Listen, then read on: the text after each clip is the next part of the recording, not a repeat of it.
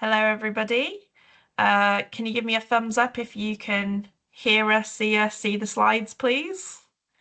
That would be fun. Thank you. Thank you so much.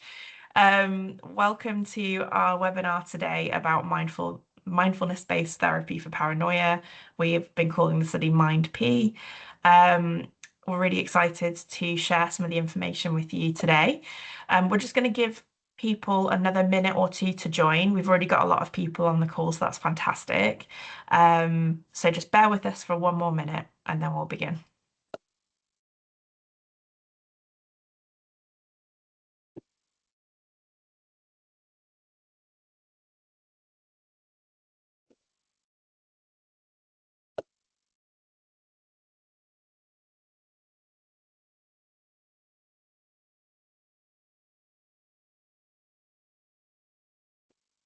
Okay, right. So I will introduce myself and then I will do a little bit of housekeeping and then we'll get on to the presentation proper. My name is Emma Wilson. I am the Communications and Engagement Officer for Research and Innovation at Greater Manchester Mental Health. It's so great to have so many of you here today and showing an interest in this study. We have members of the team from MindP here today to talk through the study, what goes on in the study, how people can get involved in it. So we're excited to share that with you. Hopefully you've all been to a Teams webinar before, but just in case this is your first time, I just wanted to quickly walk you through what to expect. So it looks and feels very much like any Teams meeting would do. It is being recorded. All webinars get recorded. We'll hopefully share the slides and the recording with you at a later date. So yes, please look out for those. You have the option to contribute to the chat, but actually, if you've got a question, which we'd really love people to ask questions, please use the Q&A tab, which is next to the chat tab in the top, if your window looks the same as mine. It's very much like posting any comment, but other people can see that question and they can upvote it or add a kind of supplementary question afterwards. Oh, is anyone else having any difficulties hearing? We've had a question from anyone else. Can people give me a thumbs up if they're still okay with hearing me? Thank you. Cool. Thank you, everybody. I would hate to be talking into the void. So yes, please use the Q&A tab to pose any questions. It is absolutely fine if your question ends up getting answered during the webinar. You can take it down or say, actually, I've got the answer I need. We're happy to also ask questions again if we want to reiterate a point too. That's no problem with that. And there are no stupid questions, so please don't worry about that. So any other issues, put it in the chat. I will try in the background to help fix anything, but I will pass over now to Professor Lynn Ellett to start the presentation. There you go, Lynn. Thank you very much. Good afternoon, everyone. Thank you very much for joining us today for this webinar on mindfulness-based therapy for paranoia. I know we're early in the new year and we're all back from a break. So yes, it's very nice to be here. Thank you for inviting me. My name's Professor Lynn Ellett. I am a Professor of Psychology and Mental Health and also a clinical psychologist based at the University of Southampton. And I am the Chief Investigator for the MindP study. And then I'll just hand you briefly over to Sarah to introduce herself. Hi everyone, thanks for joining. Yeah, I'm Sarah. I'm a clinical psychologist and I'm one of the trial therapists for the Manchester site within the trial. Thank you. So I think we've got about an hour together today, and our plan is to spend about 45 minutes talking to you about mindfulness for psychosis and paranoia. And it will allow about 15 minutes at the end for some Q&A. And what we're planning to cover is really what is mindfulness for psychosis and how do we use this therapeutic technique with people with psychosis, and how do we adapt mindfulness practice for this client group. We're also going to talk a bit about our theoretical model and the therapy approach that we're using in the trial that we've got currently underway. Also thought it would be helpful to briefly summarise and give a review of the evidence base and where we're up to, particularly for paranoia and persecutory delusions. And part of that will also be giving you an overview of our current trial and the types of clients that we're looking still to recruit into the trial. And then, as I say, there'll be time for Q&A at the end. So that's in a nutshell what we plan to cover this afternoon. And I'll now hand over to Sarah to get us started. Thanks, Lynn.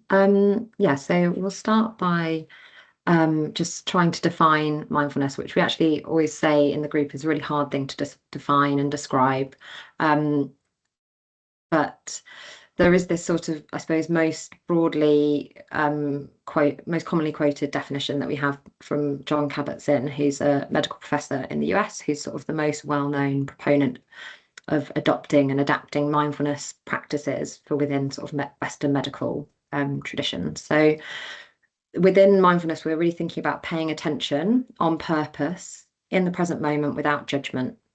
So it's a move away from doing or thinking mode, sometimes when we're caught up in kind of autopilot, thinking about the past or the future, to trying to actively bring our awareness into the present moment and a state of being. So it's about trying to develop a skill of acknowledging and accepting your current experience as it is.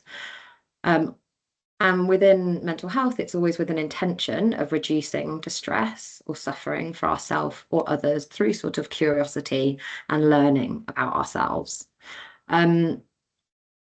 So thinking about that, we kind of also want to think about what mindfulness isn't.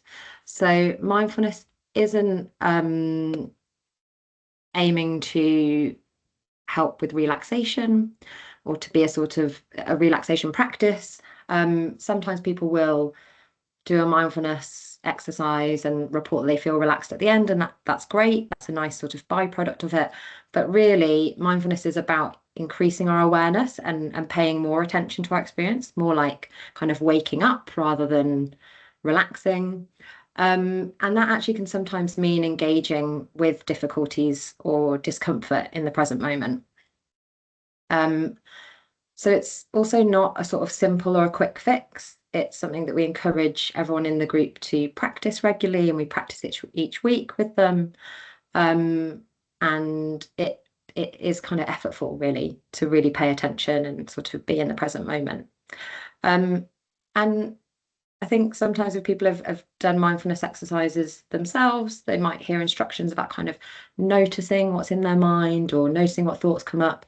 And there can sometimes be this idea that we're trying to get people to empty their mind, clear their mind of thoughts, to stop thinking. And that's not what we're aiming to do. So this is not about trying to sort of block or suppress our thoughts or, really try and create a moment where we don't have any internal experiences, but it's about engaging with what comes up and letting it pass at the same time. So thinking will always happen. We'll always notice things. That's what our minds do. But mindfulness is about sort of catching that in the moment and then having a choice about what you do with it next. We're also not jumped ahead, sorry. There's a bit more to say about what it's not. So it's also not about sort of trying to deconstruct or dismantle ourselves. So it's really about getting to know yourself a bit better, being aware of how you are in different places, different sort of states of being. And it's not about kind of using imagery, as it says here. We don't use any sort of guided imagery. These are all sort of really helpful tools, but it's just not what we're aiming to do. And one other thing to say is that it's sort of not really the same as meditation. So that's often something that kind of comes up as maybe a question: is mindfulness a form of meditation?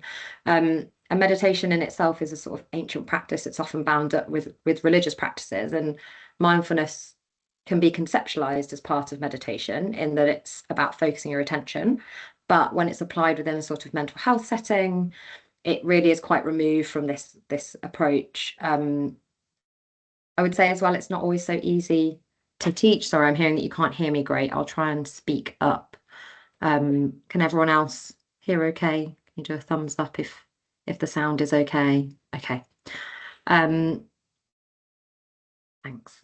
Okay, I'm getting lots of thumbs up, so I'll carry on. Yeah, and I think it's not always easy to teach or explain. We try and sort of, I suppose, teach it through the practice in the group. And I think sort of repetition and practice is the best way to sort of learn and experience mindfulness. And as I already said, it can sort of bring up difficult or challenging experiences in the moment, and that's okay. That's all part of mindfulness. So then thinking about mindfulness for psychosis more specifically. So when we're thinking about applying mindfulness to experiences within psychosis, we're not aiming to stop the experiences. So things like voice hearing, paranoia, we're not sort of trying to stop those experiences, or really to sort of challenge the beliefs that the person might have about these experiences. Instead, our hope is that we can, through practicing mindfulness, start to help people feel less distressed by their experiences by changing the way that they relate to them. And I suppose from there, developing a different relationship with those experiences might then lead the person to start making kind of choices about how and when they respond to these difficult and distressing experiences in, you know, the rest of their kind of day-to-day life outside of the group as well. So in terms of, how we adapt the practice. So as it says here, when we have the mindfulness practice in the group that we run, which we'll come on to say a bit more about in a minute, it's a shorter practice than in some other mindfulness practices. So the mindfulness that we use is based on mindfulness-based cognitive therapy, where traditionally people would do quite an extended mindfulness practice each time of around 40 minutes, whereas this is only a 10-minute practice. So we keep it a bit shorter. There's also more frequent prompts. So we try and give more kind of guidance throughout. We don't leave really long pauses. So we try and kind of encourage. So we have a script that we use each week, and we sort of check in fairly regularly as we're going through the mindfulness practice. The other difference is that we also, so the mindfulness that we use includes a sort of brief body scan and then focusing on breathing, but we make reference to the sort of difficult experiences that people might be having. So we will reference things like, if you notice that your mind's wandered to a distressing voice or a difficult thought, try and see if you can bring your attention back to your breathing. And we encourage people to practice between sessions, and we send them a recording of the mindfulness script that we use, so an audio that they can listen to in the week, but we don't sort of say that it's a formal requirement. It's not insisted upon within the group. It's just an encouragement. And we tend to find that people do report that they practice it outside of the session as well.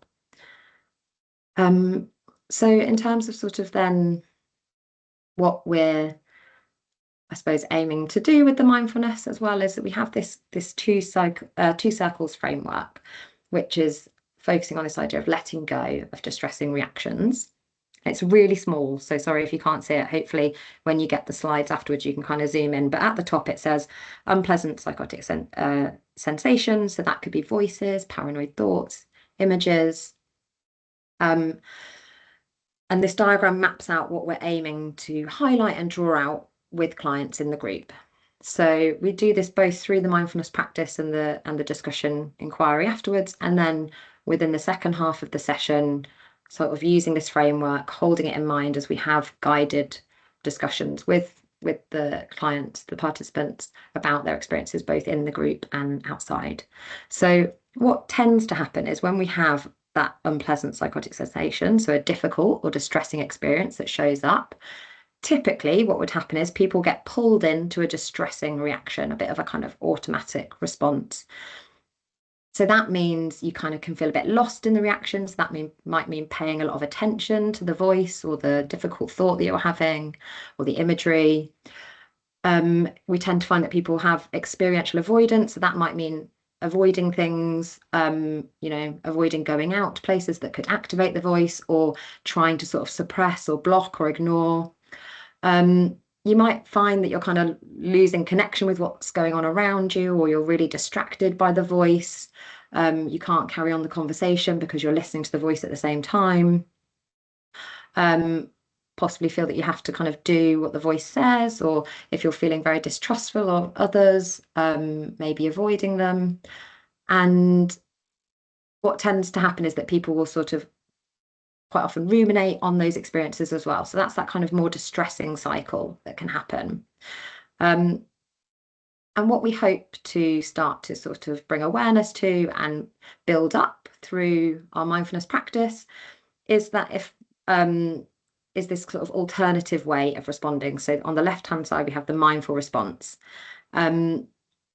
So with that, we start to develop this alternative way of responding where we notice what's happening, accept that it's our experience in the moment, and then we can make a choice about what to do.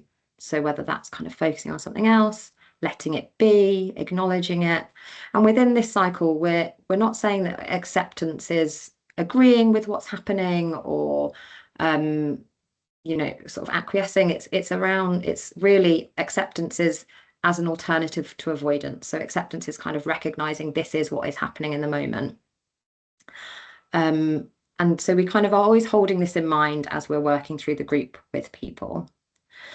So the final bit from me is just to say a bit more about the therapy.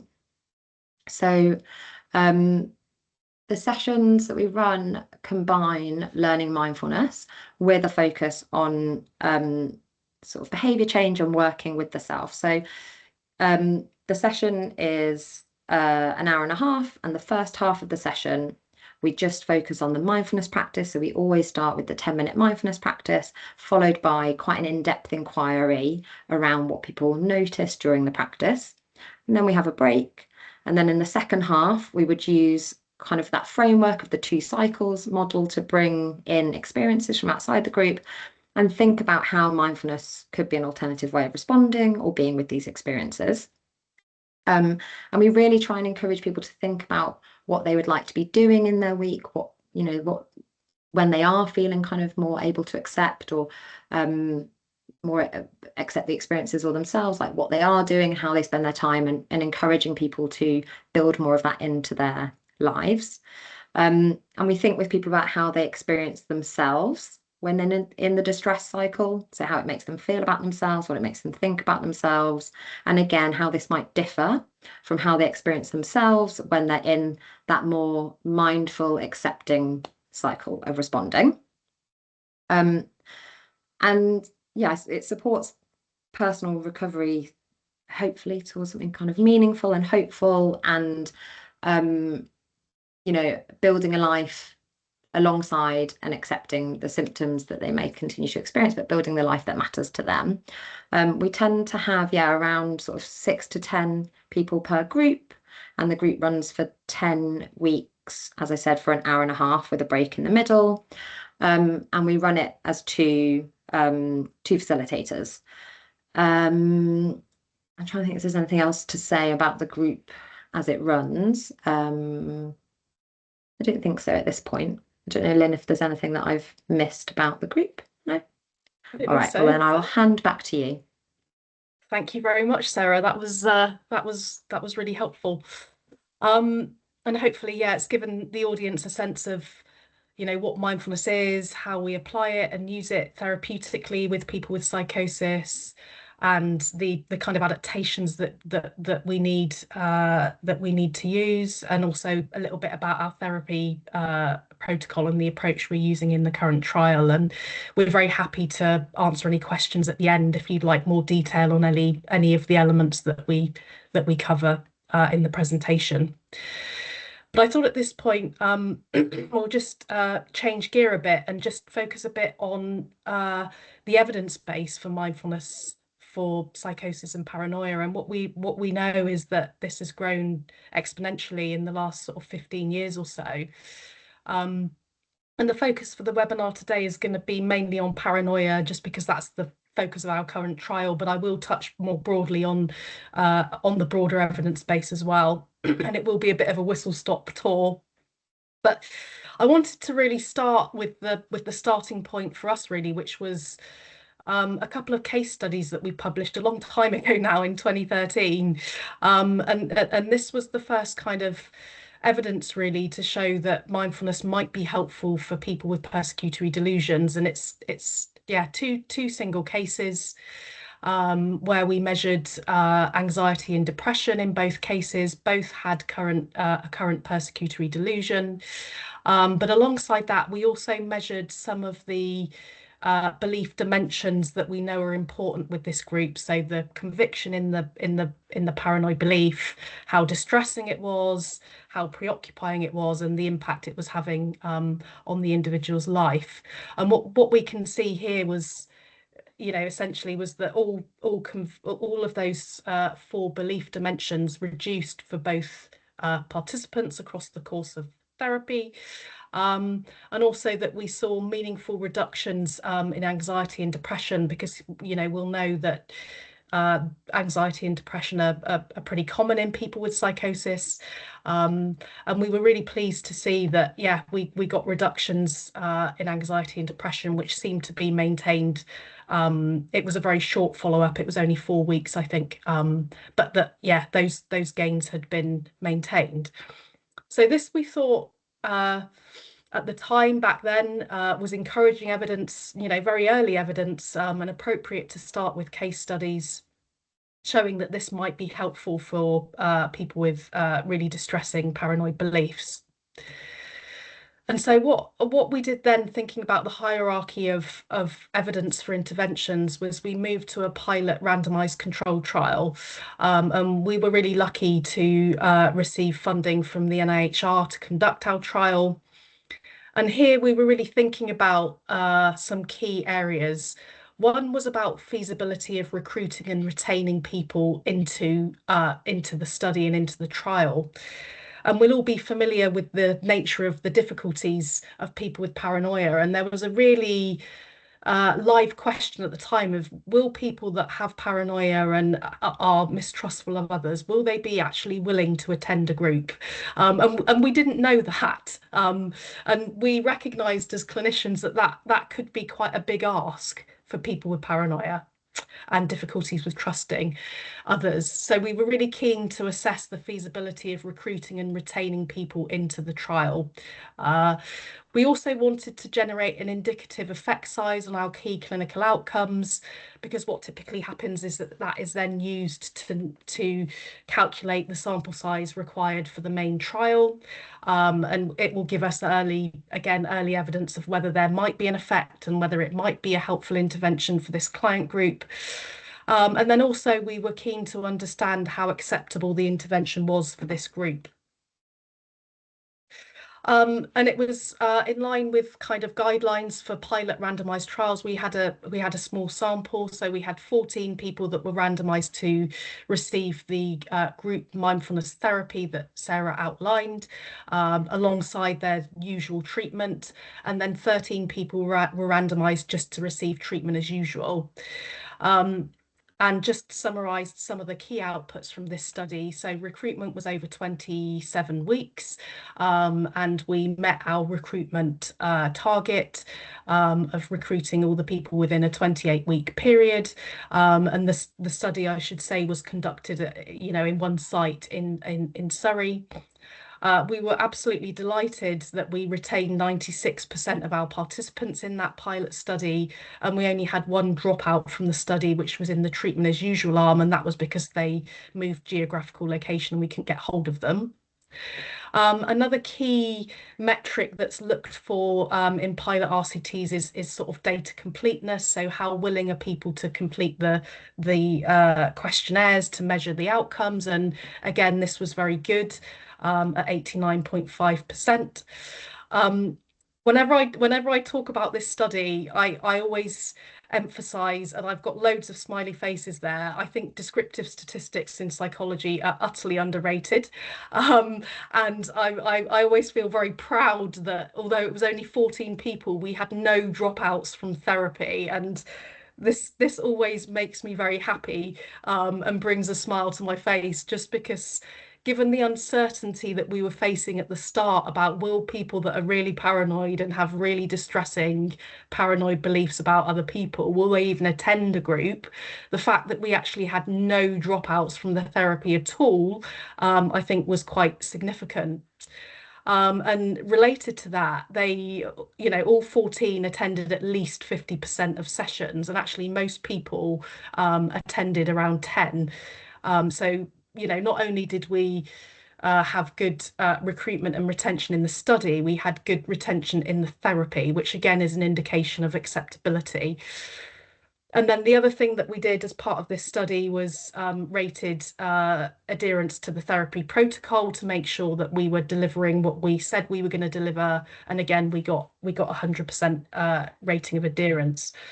So that was all looking good. In terms of the clinical outcomes, the main outcome we were focusing on was depression.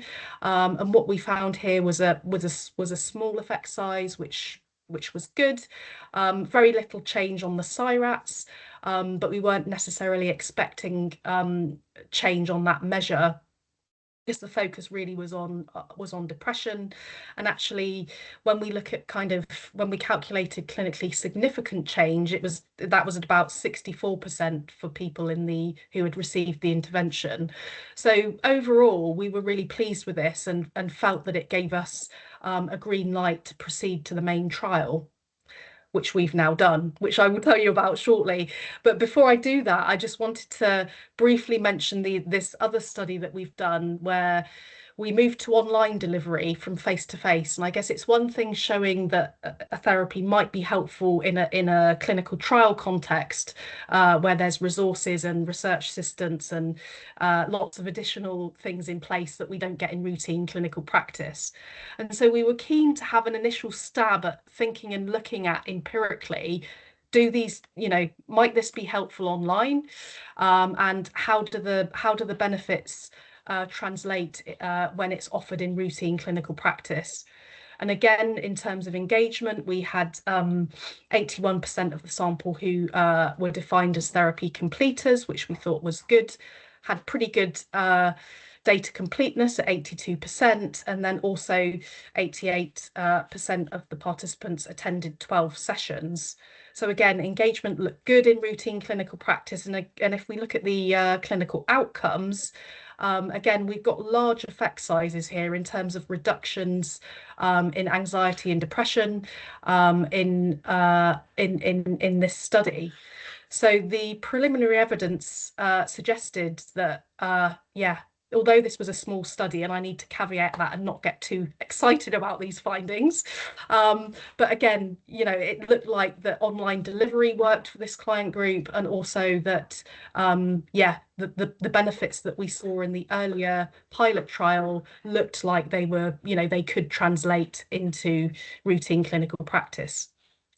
And so next, I want to talk to you and tell you a little bit about the study that we're doing at the moment. So this is the definitive randomized controlled trial building on the pilot that I've just outlined. It's the same group mindfulness therapy combined with treatment as usual, versus our control group, which is treatment as usual alone. And just wanted to acknowledge our wonderful colleagues and the study team that is really making this study possible. And essentially, it's a single blind RCT. We're looking to recruit 144 participants across 2 sites. So we've got a Manchester and Pennine site, and then also a site in Hampshire. And we're looking to recruit 72 people per site to get to our 144 needed. As I've said, it's 10 weeks of group therapy, which is delivered online for people that are randomized to the intervention arm in the study. And we've got 3 assessment time points at baseline, at 4 months post-randomization, which is essentially the post-therapy time point, and also again at follow-up, which is approximately 8 months post-randomization. And really, we're looking to more fully assess and definitively assess both the effectiveness of group mindfulness therapy for people with paranoid beliefs. And we're also doing some health economics in this study so that we can also look at the cost effectiveness of the intervention as well, which is also really important. So to just give you an idea of inclusion and exclusion, so just to say we are currently open to recruitment. We do rely on you. Thank you all very much to those of you that have sent us referrals already for the study. But essentially, we're looking for adults who are aged 18 plus that have a diagnosis of either schizophrenia, schizoaffective disorder, delusional disorder, or psychosis NOS. Or if they don't have a diagnosis, but they're attending an early intervention in psychosis service, they're also eligible for the study. And we also need people that have a current persecutory delusion, which we assess at the screening point. The exclusion criteria are if they have a primary diagnosis of substance dependency or personality disorder. If they have an identified organic syndrome or learning disability, if at the point of recruitment into the study they're already engaged in another individual or group-based therapy, we can't take them, but we could take them after they've finished that intervention, and obviously if they're unable to give informed consent. So we know that there are a lot of comorbidities with people with psychosis and schizophrenia. So provided the primary diagnosis is schizophrenia, if they also have substance misuse or other diagnoses, that's fine, as long as they're not the primary diagnosis. And you'll hear me, I hope I'm not going to be too annoying, but I am going to ask on several occasions and just remind you to please to send us referrals for the study. We're now on our last cohort that we're recruiting, and I can see Dami's got her hand up, who's our GMMH research assistant. You might want to come in at this point. So I just raised my hand because there was a question in the chat about excluding PTSD symptoms. So yep, so we wouldn't exclude on the basis of PTSD symptoms. No, so that would be fine. Thank you, Dami. So basically what happens in the study is that people are identified that meet our inclusion criteria, and that's where we need your help. And you refer them to Dami, and they provide consent. We then do a baseline assessment where they complete our clinical outcome measures. And at that point, they're randomized to either the group mindfulness therapy alongside their usual treatment, or to treatment as usual alone. So those randomized to the intervention arm will get the 10 therapy sessions delivered online in a group format. And the people in the treatment as usual group will carry on as normal and get their usual clinical care. All participants then receive a post-randomization assessment. This is the 4 months and at the 8 months. And also they each get a £10 payment for each time point that they complete an assessment for us. So they can earn up to £30 in total for completing the 3 assessments in the study. So as I say, this is the second time I'm now saying this, forgive me, but this is a call to action. Your referrals really do make a difference. Where they do pave the way for developing innovations in the treatment of psychosis.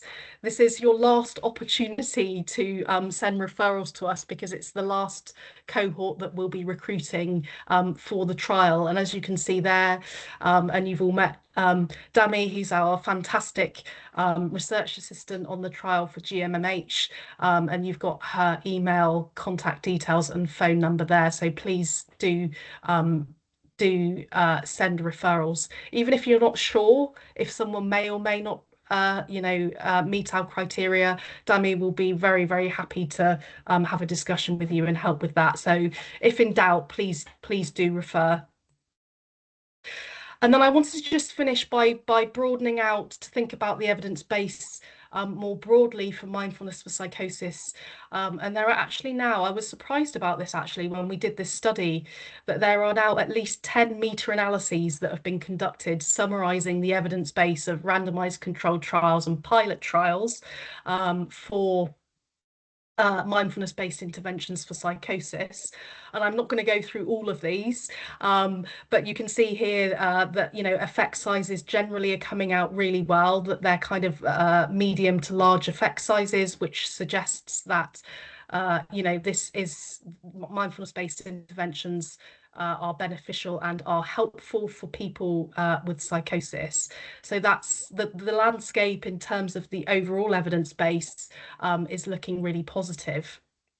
I also wanted to say a note very briefly on harm indices, because actually when we're thinking about the evidence base, we need to make sure we're balancing the benefits with the harms. And there were some early individual cases and there were some concerns that mindfulness might be harmful for people with psychosis because of the nature of their difficulties. And our clinical experience up until that point was more that it had been beneficial. But actually, we thought we need to deal with this and answer this question in an empirical and scientific way. So we went about a large systematic review looking at this across the whole literature. It was massive. It took us a long time, but what you can see here in this one slide is a summary of months of work. But essentially, what we can see is we looked at a number of indices of harm. So death attributed to suicide, hospitalization, adverse events, dropout, non-completion of treatment, use of crisis services, symptom deterioration and side effects. And what we've got in the first column here is the number of studies that actually reported on these indices. And the first real takeaway from this is that there's quite a lot of variability in the reporting of harm indices in the literature. And I'd like to add that our own studies from our group are included in this. And you can see here that none, including ours, have reported on any potential side effects. So that is a bit of a gap. And what we went on to do was to compute prevalence of harm in the mindfulness group in clinical trials and in the control group. And what you can see here is a descriptive summary for each harm index of the prevalence of harm across the studies. And what we did was essentially then conduct a load of meta-analyses of risk differences. And again, this one slide is summarising a lot of work.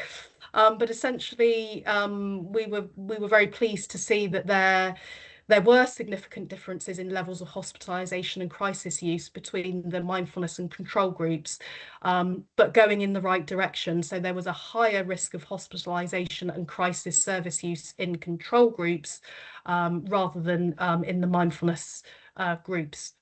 So there was no significant differences on any of the other indices.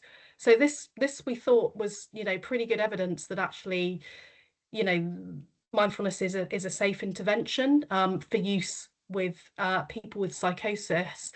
I guess the caveat is that the data reporting is variable, and I think we need to do better on that. But that was that. So just to round this up, we know then that there are at least 10 meta-analyses showing the benefits. Our systematic review provided no evidence of mindfulness being harmful for people with psychosis. And what we're doing at the moment is we're currently conducting an umbrella review, which is a meta-analysis of meta-analyses.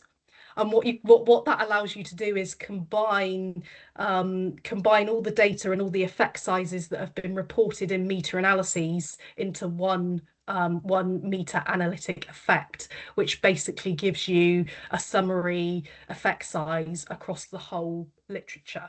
And again, that is a lot of work. It's currently underway. We're hoping to get that paper finished and submitted soon. So just to draw things up, I think we're doing all right for time. What we've heard in the webinar today is that we know mindfulness practice needs to be adapted for people with psychosis.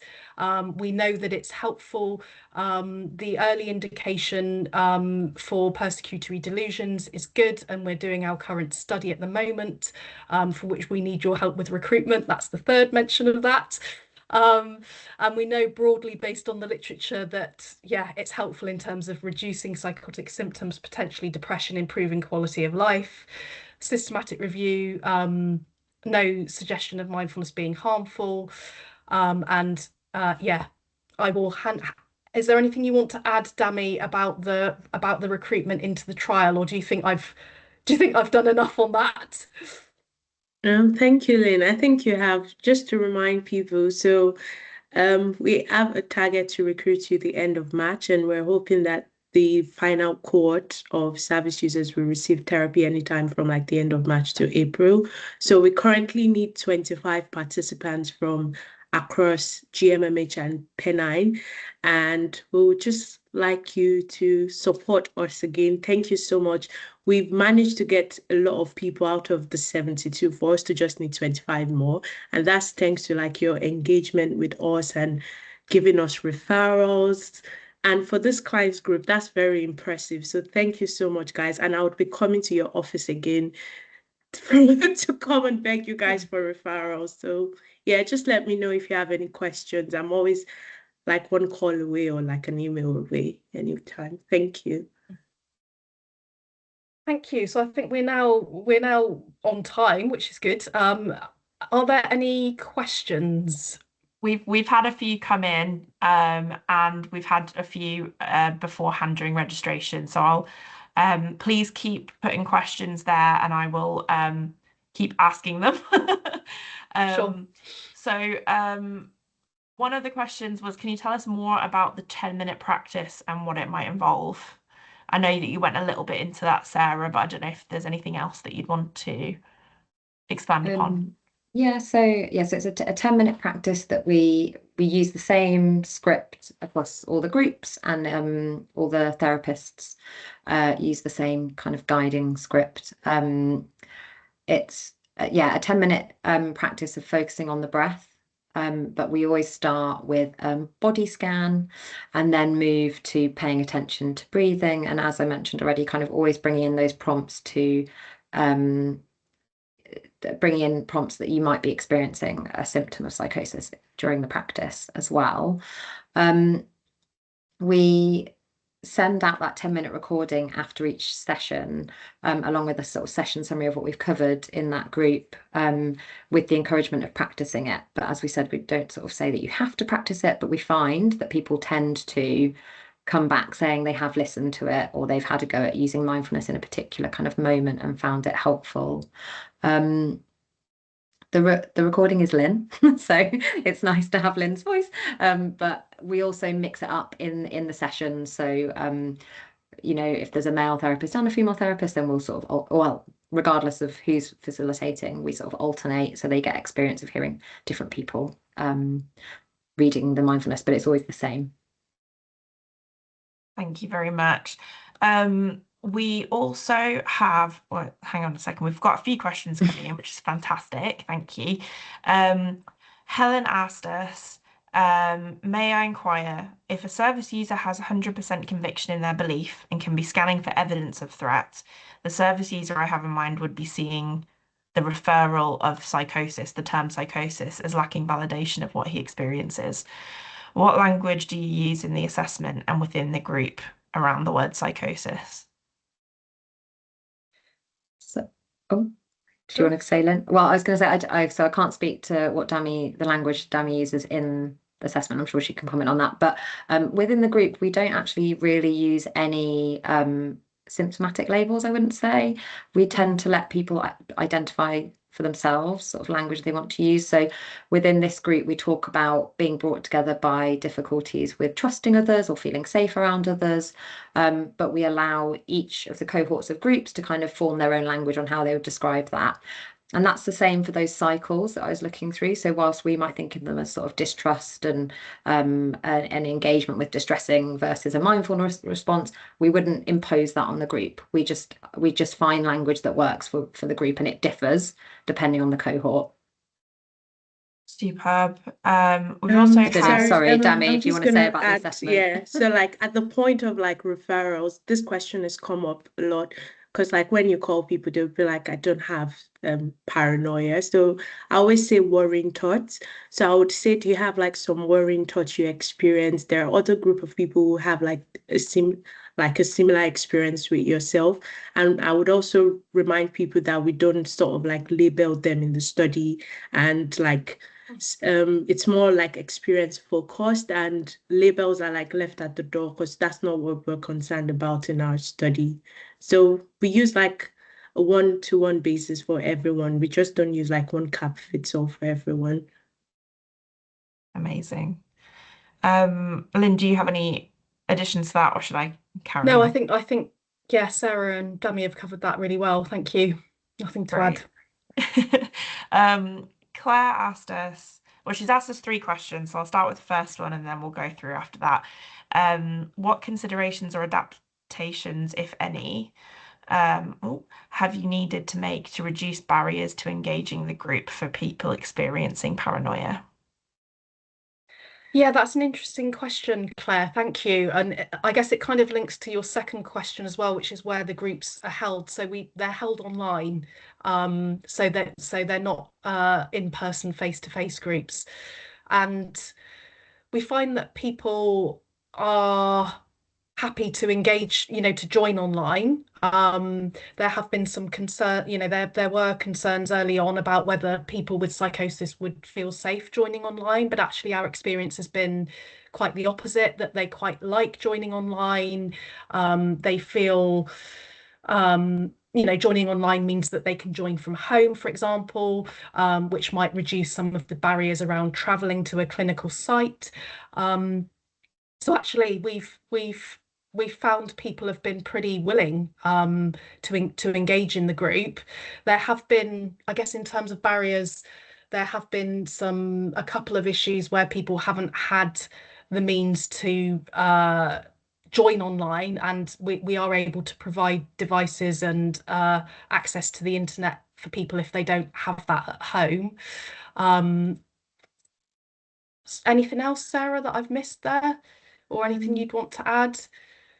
Yeah, I think nothing major. I think, yeah, as you say, that the big barrier is access to technology, which we're very lucky that in a trial we can offer sort of something that allows people to engage. And I think my experience of that is that we get a broader range of people in this group than you might see even in a face-to-face group in clinical work, having worked in kind of early intervention services and lots of different mental health settings. I'm actually really impressed by the number of people that turn up and engage in this group.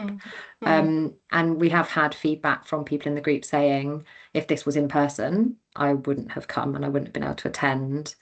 The only other sort of barrier sometimes people have around sort of feeling safe in technology and paranoia relating to technology is things like their name being shared. But we've said to people they can use a sort of pseudonym, another name, and they can change their name on Teams. So we're kind of happy for people to do that as well if they'd rather not have their name shown. The other thing just to say is that there's no explicit requirement for people to have cameras on during the online group. So it is helpful if people do, and generally speaking, people do. But in the course of conversations with people that you might be talking to who you might want to refer, it's absolutely fine to give them that reassurance that they don't have to have their camera on during the therapy if they're randomized to the therapy. So yeah, that in case that's helpful. Can we have a copy I'm just of the gonna slides? add one thing for like the barrier, if you don't mind. Yeah, so absolutely. One thing that I've noticed was like people being like people hesitating to join the first session, and wondering what's going to happen. So what we've done in the studies, we have like an unblinded researcher who could visit them at home and just sit with them for that first session, or like maybe the first few sessions until they feel comfortable enough to start attending by themselves. So like I said, whenever we receive a referral, we'll discuss with like the person who has referred them and even the service user by themselves to just understand like the way we could support them to have like a good time in the study, because we don't want to exclude people who might benefit from the study because of like these little things that we could fix. So we always get all referrals no matter what. Like, so if you think about any barriers someone might have, we would always sort it out in the study. Yeah, if in doubt, definitely get in touch with Dami.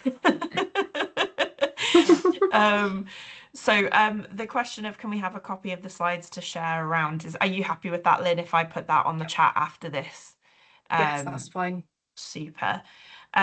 Two more questions that have come through. The first one is from, who was it from? Lucy, who said, would it make a difference what medication participants were on or if they changed medication during the study? No. No, fantastic. Not at all, no. That's an easy Quick one, answer. thank you. Yeah. And then we had a question from Katie, I believe, which says, in the exclusion criteria, it says people who are engaging in a one-to-one or other group therapy at the time of the group, but have been informed they can start therapy whilst in the group after consent was given. I think basically it is like, if you started going to the group, could you then start one-to-one therapy the next week? Yes, because people that get randomized to receive the group have their treatment as usual, so their normal clinical care alongside receiving the group. So in theory, yes. I mean, ideally not, just because it then might Influence.